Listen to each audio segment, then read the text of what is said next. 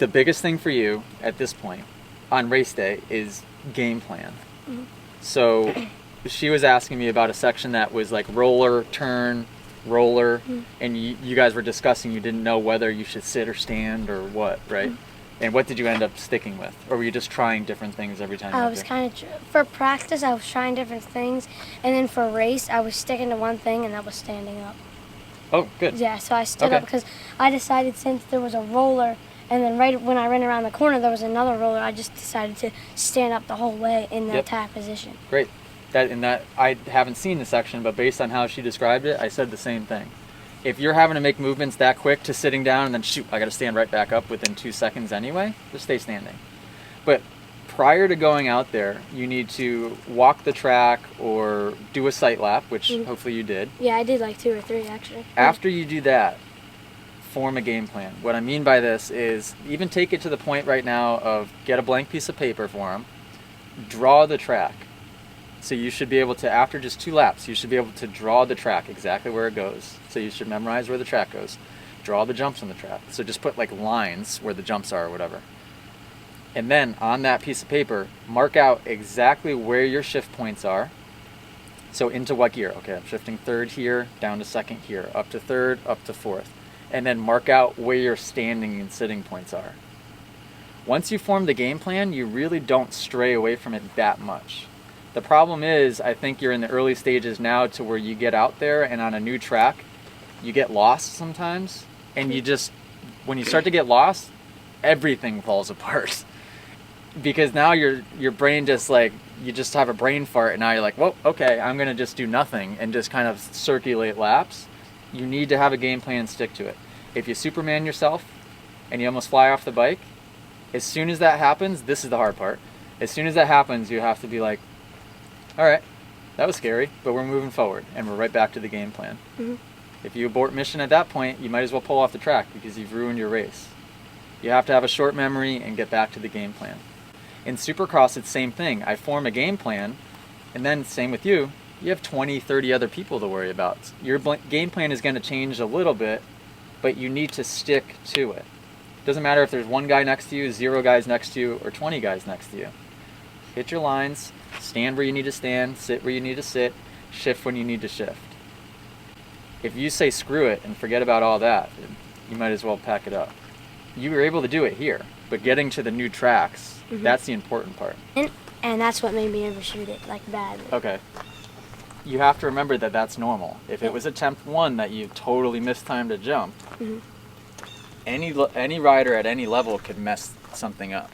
If you went to a Supercross race and watched us all hit the Supercross triple for the first time, you think we're all clearing it perfect first time we jump it? No. No. But what you'll start to do is you'll form a memory bank of certain distance jumps, certain style lips, and you'll start to learn, okay, this jump looks like this jump is approximately this far, you'll know how fast to go. You've only hit how many jumps in your entire life? 30, 20, on these tracks, 10? that's it, yeah. Yeah, right. So your memory bank is small. You see a new jump and you really have no idea how fast to go. I see a jump and I can almost guarantee you that I won't mess up the timing of it. At least on an easy track like this. Like I could get on your 65 and know exactly how fast I have to go to hit that tabletop because I've hit a million jumps that look just like that.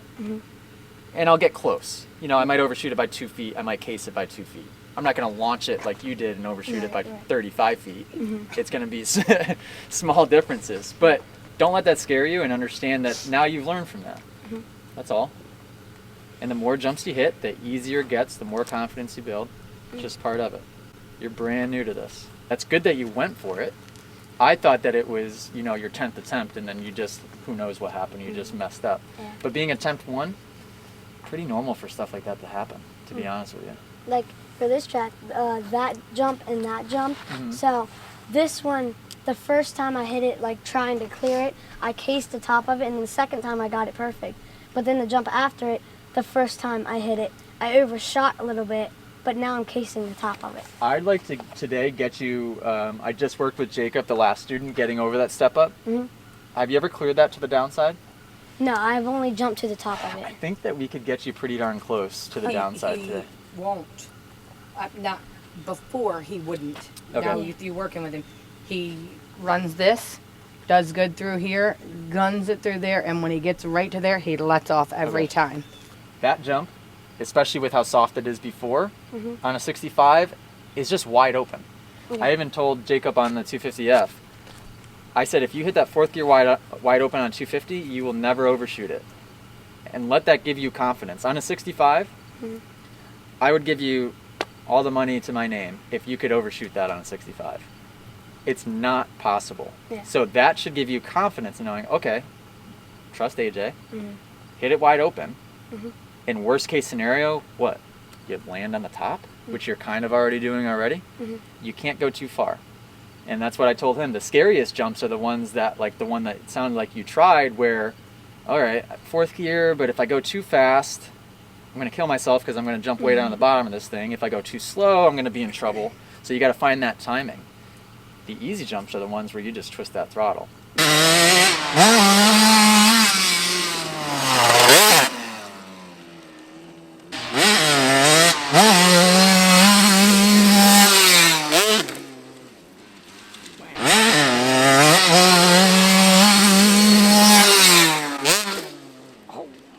Where it's going to hurt the most, got it, is honestly right here, which there's no reason you should be landing. If you're fully committing to the jump and you land here, we got some problems. If you get past this point and start landing anywhere here and beyond, even though that's considered a case if you land here, you're not going to get that bad of a bounce. Did you notice how when first time I jumped it, where'd I land? Maybe here? Yeah. I didn't bounce at all. I landed and the tire stuck. Second time I got to the downside, which was even smoother, but it's not that bad. This jump is very forgiving, super safe. Like I said, you will not overshoot it. But that's fifth gear. So your game plan is going to have to change a little bit. Coming out of that turn, you're going to have to get an upshift to fourth before you come up the jump face. And then when you go across the top, your upshift's going to be going to fifth. All right? Do a couple passes, get a feel of what fifth gear feels like because you haven't come through this section in fifth gear yet. Don't take longer than 3 or 4 attempts. If after attempt you come lap 3 and in your head you're like, oh, I'm too scared, I don't want to do this, I'm totally fine with that. Just tell me. I don't want to waste our time and sit here for 8, 9, 10 passes. That's when things start to get dangerous. Eye it up, attempt 1, and get the gear selection right. Same thing, maybe attempt 2, get a good feel for it, maybe jump a couple feet further, and then attempt 3 or 4 if you're ready to do it. And only you know if you're, I know that you're capable, or else I wouldn't be sitting here having this conversation with you. But if you're mentally ready to go for it, attempt 3 or 4 is when you need to do it. All right? That should prove to you that it's easy. I'm 160 pounds. How much do you weigh? Like 80 or 70-ish. 70. That bike will get you right over this thing. So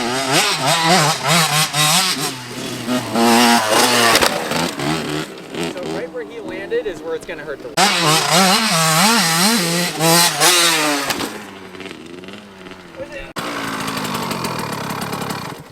Not bad. Not bad. It couldn't get much... Don't take this in the wrong way. Yeah. Couldn't get much worse than that. Alright. And let that give you confidence. Yeah. You cased it about as bad as you could. You landed a little front end high. You were very, very hesitant coming down the ramp of the landing before it. A little choppy with the throttle over the bumps before it. And it still was not that bad. So let that give you all the confidence in the world. If we can clean up the down ramp and stay smooth on, you're coming down that thing and you're kind of one time on the gas hard. Don't let the little tiny rollers in there affect you. The harder you're on the gas, the smoother those are going to feel. If you're going through and going like you did, it's going to get the bike all confused. Stay on the gas hard. Make sure your feet stay back on the balls of your feet so you can absorb with your ankles. You kind of shifted your weight into this weird position which caused you to kind of like Ronnie Mack it, like you went straight up and down. Did you feel like you went a little high front end wise? And you being hesitant and cautious down the landing and then across the flat part caused you to have to get on the gas extra hard last second in the takeoff, which is probably what caused you to go straight up and down as well. The faster you go, and I know it's going to feel scary in the pit of your stomach, the faster you come across the tabletop, down the landing of the tabletop, across the flat, the less you rely on that last second oomph, and the safer it'll be. You landed, where did his back tire land? Here? Yep. Do not regress from this point. So I'm going to keep a real close eye on where that back tire is landing. You should only be able to go a little bit further and further from this point on. What I would do too, to give yourself kind of get in the flow of things, go around the break and the fence, ride that half of the track. At least for myself, when I get nervous and I'm just looping around and only thinking about a jump, it's hard to get in the zone. Ride that part of the track, get in the zone, and then just pull the trigger.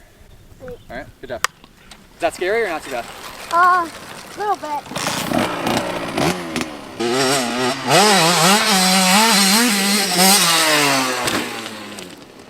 Landing on the gas would help that too. Did you hear the big clunk when you hit the ground?